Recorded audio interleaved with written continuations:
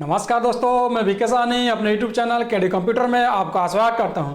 दोस्तों, हमने पिछले वीडियो में बोला था कि जीएसटी R1, जीएसटी R2 और जीएसटी R3B के बारे में जानेंगे और समझेंगे। तो आइए सबसे पहले देख लेते हैं। उसके लिए डिस्प्ले मोड रिपोर्ट पर जाइए, उसके लिए कीबोर्ड में डी प्रेस करें और देखिए यहाँ पे जीएसटी रिपोर्ट्स के लिए ओनली ओ प्रेस कीजिएगा, ओ प्रेस कीजिए और देखिए जीएसटी R1, जीएसटी R2 और जीएसटी R3B ये होता क्या है, सबसे पहले इसके बारे में जानेंगे तब जाके समझ में आएगा। तो आइए सबसे पहले हम चलते हैं, यहाँ पे देख लीजिए।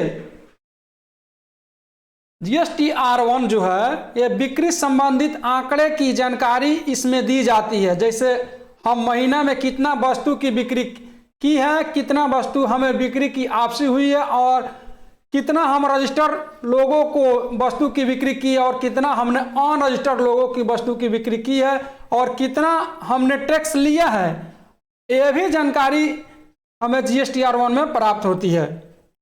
देखिए जीएसटी R1 ये हो गया। जीएसटी R2 क्या है?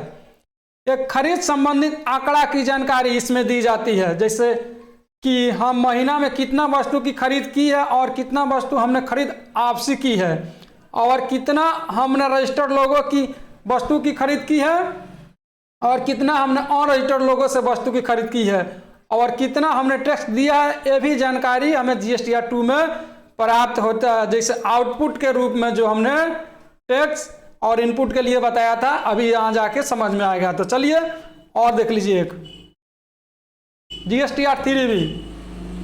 यह एक मासिक स्वयं घोषणा है जिसमें सभी बाहरी आपूर्ति input tax credit ITC input tax credit का दावा कर देयता का पता लगाया गया और भुगतान किए गए करों का सारांश प्रस्तुत किया जाता है। जीएसटी R3B भरने से पहले और इनपुट टैक्स क्रेडिट विवरण को जीएसटी R1 और जीएसटी R2 के साथ मिलान किया जाना चाहिए। यहाँ पे आप समझ जाइए क्या बोल रहे हैं कि टैक्स मिलान करना चाहिए। देखिए यहाँ पे गेटवे ऑफ टैली पाइए और यहाँ पर जाइए, बैलेंस के लिए बी प्रेस कीजिए, ऑल्ट F1 कीजिए और टैक्स ड्यूटी एंड टैक्स का लेजर में जाइए। यहाँ देखिए, यहाँ पे जो है इनपुट के रूप में हमने कितना इनपुट के रूप में माने कि यहाँ पे देख लीजिए, आप यहाँ ध्यान से देख सकते हैं 33,497 रुपये 32 पैसा हमने इनपुट के रूप में दिया है माल खरीदते टाइम में। आउटपुट के रूप में हमने कितना लिया? 38,552 रुपये 82 पैसा। तो सरकार क्या कहता है कि जीएसटी R3B जो फाइल होगा तो आप इसमें से इसको माइनस करके जितना भी ITC होता है इनपुट क्रेडिट टैक्स वो हमें जीएसटी R3B में फाइल कीजिए। तो यहाँ जितना अमाउंट बढ़ेगा आपको जमा करना पड़ेगा। तो और देख लीजिए, और यहाँ पे उसके आगे है मिलान किया जाना चाहिए। मतलब जीएसटी R1 और जीएसटी R2 में जो ज़्यादा अमाउंट जो बनेगा, जो हमने आउटपुट के रूप में मतलब प्रॉफिट लेके जो प्रॉफिट पर भी टैक्स लिए हैं उसको भी ITC जो इनपुट क्रेडिट टैक्स है जीएसटी R3B में फाइल करना पड़ेगा। और एक जानने की जरूरत है जीएसटी R9।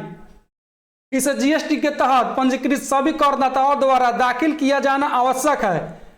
इसमें किए गए सभी बाहरी आपूर्ति का विवरण, आउटपुट CGST, SGST और IGST जैसे विभिन्न करों के अंतर्गत वित्तीय वर्ष के दौरान प्राप्त सभी आउटवार्ड आपूर्ति इनवार्ड आपूर्ति का विवरण शामिल है। बताया ना, आउटवार्ड में हमने कितना बेचा है, इनवार्ड में कितना हमने खरीदा है, ये सभी मासिक या त्रैमासिक 6 महीना पर return GST R1, GST R2A और जीएसटी R3B का संयोजन है।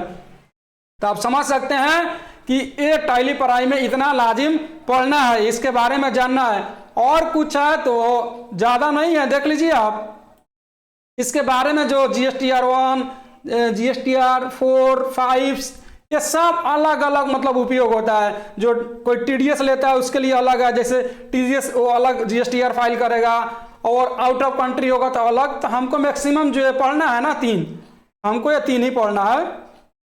देख लीजिए, हम यहाँ पे GST R1, GST R2, GST R3B और इसके बारे में आगे हम जानेंगे कि जीएसटी R जो यहाँ पे जो देखिएगा रजिस्टर्ड लोगों को भी वस्तु की बिक्री की है तो ये कैसे टैली पढ़ाई में शो होगा, कैसे मतलब इनवॉइस आपका सही मतलब उसमें बैठेगा वो हम करके दिखाएंगे। और अनरजिस्टर्ड लोगों से वस्तु की बिक्री की है, ये भी उसमें मैच करा के आपको दिखाएंगे। तो आज के लिए इतना ही, मिलते हैं नेक्स्ट वीडियो में। अगर हमारी वीडियो अच्छी लगी तो लाइक कीजिए और हमारे चैनल को सब्सक्राइब कर लीजिएगा।